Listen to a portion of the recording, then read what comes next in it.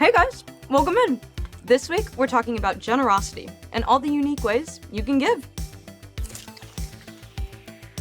Oh, want some?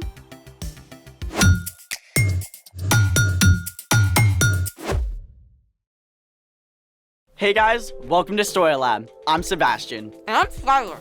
This month, we're talking about how everything we have is a gift from God. Speaking of which, snack much? It's for my health. Oh, high fructose corn syrup? Monocalcium phosphate? Special delivery snacks. I am required to snack today. How's that? First time blood donor. Thank you very much. I gave blood today at the blood drive. Many teenagers and adults can give half a liter of blood to help someone who is sick or has an accident. The person who donates will quickly replace that blood with new blood cells. Way cool. How was it? I was kind of nervous, but it wasn't so bad.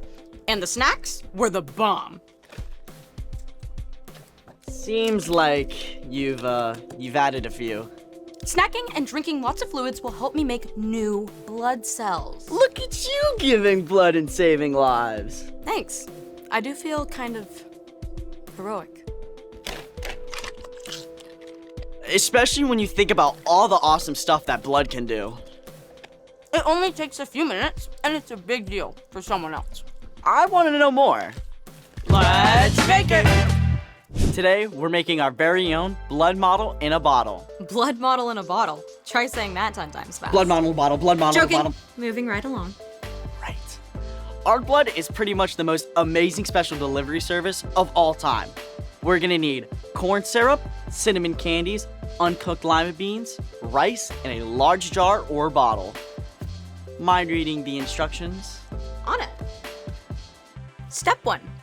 Fill the jar about 2/3 full with corn syrup.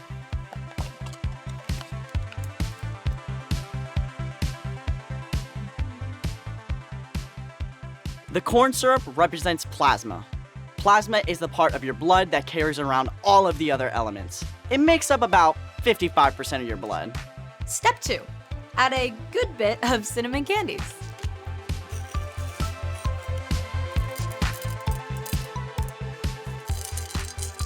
The cinnamon candies represent red blood cells. Red blood cells carry oxygen from the lungs through the whole body. Kind of like a food delivery service, but for air. Just like tiny little pizza delivery people. Step 3. Add a few lima beans.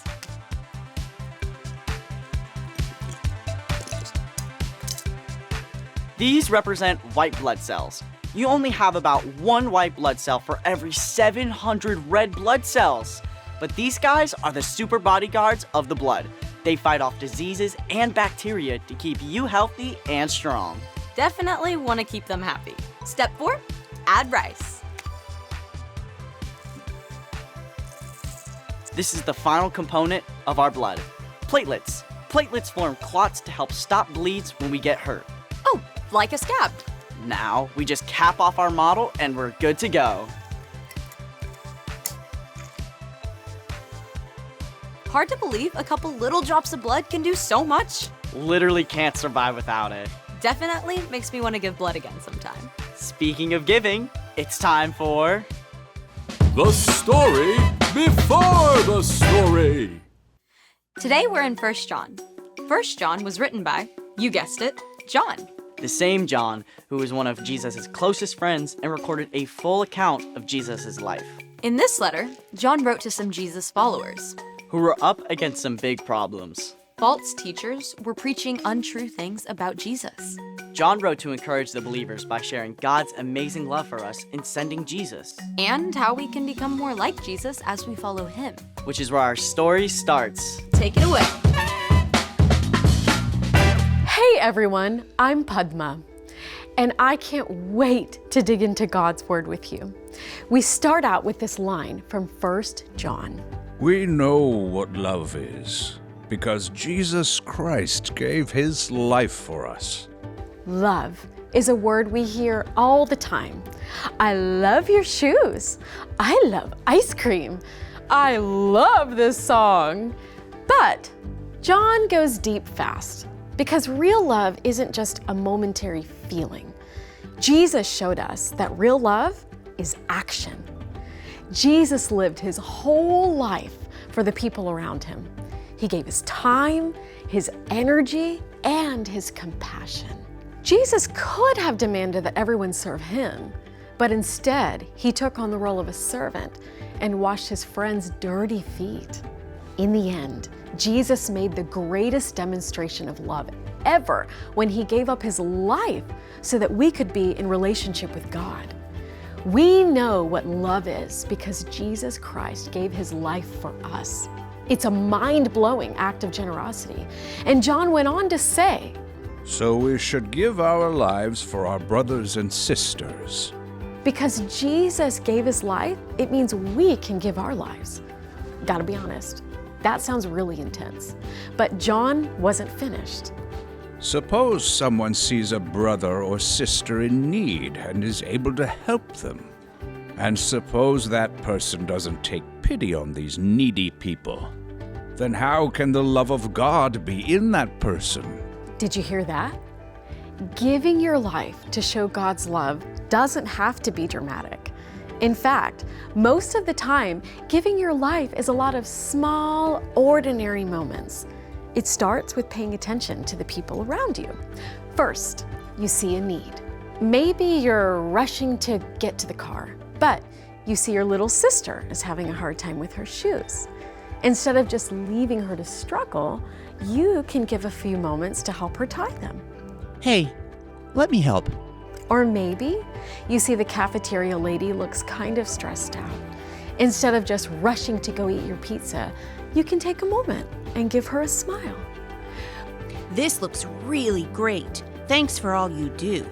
When you ask God to show you ways to give, you'll see needs all around you.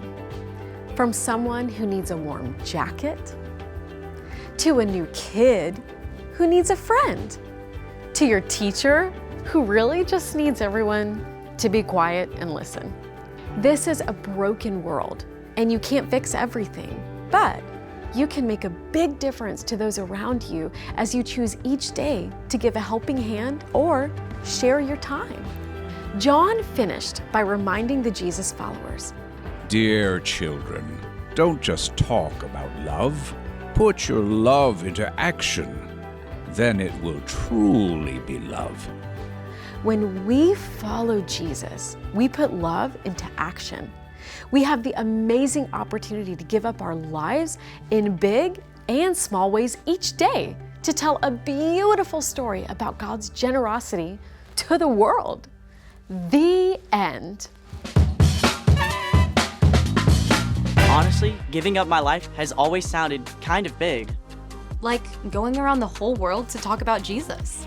Sometimes God calls us to really big things, but for most of us, most days, it's all about being generous in the small things. So, What's our part in this story? The most important thing we can do every single day is look to Jesus and ask God to help us become more like Jesus. Jesus was incredibly generous. Generosity is making someone's day by giving something away. Jesus was all about giving. He's all about love in action. That's right. We talk about Jesus giving up his life on the cross. It was the greatest act of love ever. But Jesus had already been giving up his life every single day as he gave his time and his compassion to meet the needs of the people around him. So you don't actually have to go somewhere to do that? Exactly. God could call you to that someday. But right now, God has put people in your life who need your help. Your family, People in your neighborhood, kids and teachers at school. coaches and friends in your activities, and at church. When you keep your eyes open, God can show you ways to give. It might be sharing a toy. It might be putting down your game to give a few minutes of your time, It might be sharing some encouraging words. or something you can create, like a story, a drawing, or even a song, It all starts with looking to Jesus. and asking God for help. Thanks for giving me your time. and I'll see you next time. Bye. So here's the thing. Jesus showed us how to give. Jesus gave everything for us, and because he gave, we can give to others too, like our time, our encouraging words, even our snacks. Right now, I'm thinking I need to give something special. What's that? I think I need to give my blood cells some special delivery healthy snacks. Good call. Thanks for joining us in the Story Lab. See you next time. Want some? Yes? Mushroom chips?